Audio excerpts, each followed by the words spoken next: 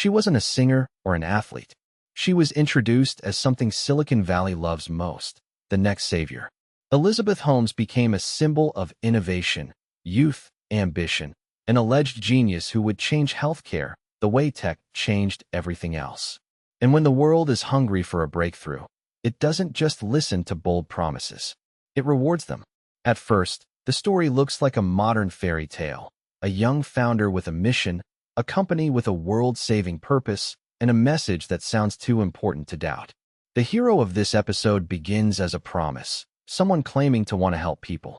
But fame has a quiet way of rewriting motives.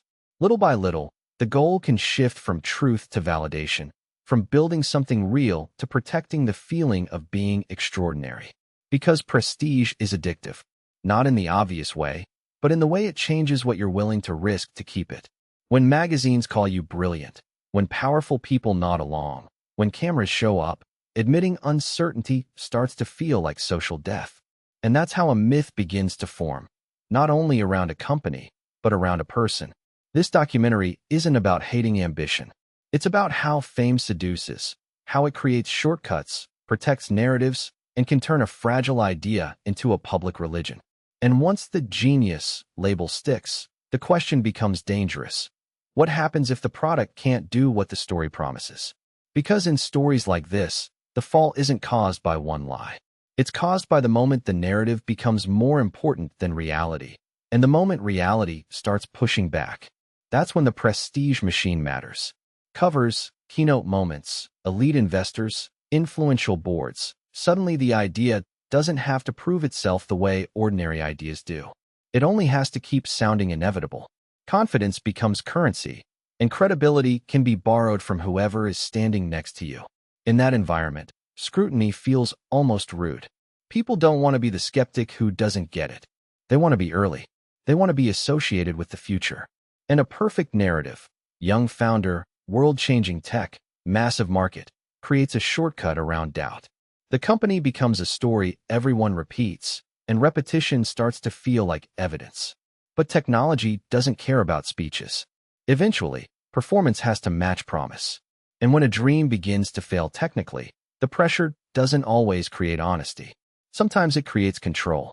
A familiar pattern shows up: tighter secrecy, information managed on a need-to-know basis, critics framed as enemies, questions treated as betrayal.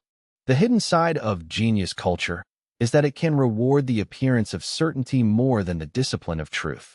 The founder isn't just selling a product anymore. She's defending an identity. And when identity is on the line, the temptation is not to fix reality, but to protect the narrative long enough for reality to catch up. Except reality doesn't catch up on command. So the story demands escalation, more marketing, more persuasion, more confidence. And the more the world applauds, the more expensive it becomes to admit what's going wrong. That escalation is where the mechanism turns dark. When doubts rise, aggressive messaging grows louder. The company's public face stays polished, but internally the pressure tightens. Control of information, intimidation by reputation, and a culture where speaking up can feel dangerous. Because if the myth collapses, it doesn't only take down a product. It takes down the genius, the investors, the prestige, and everyone who attached their name to the dream. This is why the fall doesn't require drugs to be devastating. There's another addiction at work, the addiction to image, admiration, and the power of convincing. It's the high of walking into a room and watching adults with authority suspend disbelief because your story is irresistible. Over time, that high can become a compass. And once deception becomes a tool, it can become routine. One selective statement leads to another. One temporary spin becomes the permanent strategy. The lie stops feeling like a choice and starts feeling like maintenance. Maintenance of status, evaluation of identity. Fame intensifies the psychology. When the world calls you a genius, admitting error isn't framed as growth. It's framed as failure. So the mind does what minds do under threat. It rationalizes. It delays. It doubles down. The story becomes a shield, and the shield becomes a cage. Meanwhile, the real-world stakes keep growing, because this isn't an app that crashes. It's a promise tied to health, trust, and credibility. And when credibility becomes a performance, The gap between what's said and what's real becomes the most dangerous place a company can live. Eventually, gaps create witnesses. Employees notice contradictions. Partners ask questions. Outsiders start pulling on threads that don't unravel cleanly. And when enough people see different versions of the same reality, the story stops being innovation and becomes investigation. This is where the modern myth meets its oldest enemy, documentation. Timelines, emails, testimony, the kind of details that marketing can't erase. Investigative reporting and regulatory scrutiny, widely covered in public discourse, shift the conversation from hype to proof. And proof has a brutal effect. It doesn't argue. It reveals. For a while, prestige can act like armor. But armor works only if everyone agrees not to look underneath. Once the spotlight changes direction, the same fame that accelerated the rise accelerates the collapse. Cameras that once amplified inspiration now amplify doubt. Headlines that once celebrated disruption now question credibility. The invented genius narrative starts to fracture. And the more the public learns, the more the damage expands beyond the founder.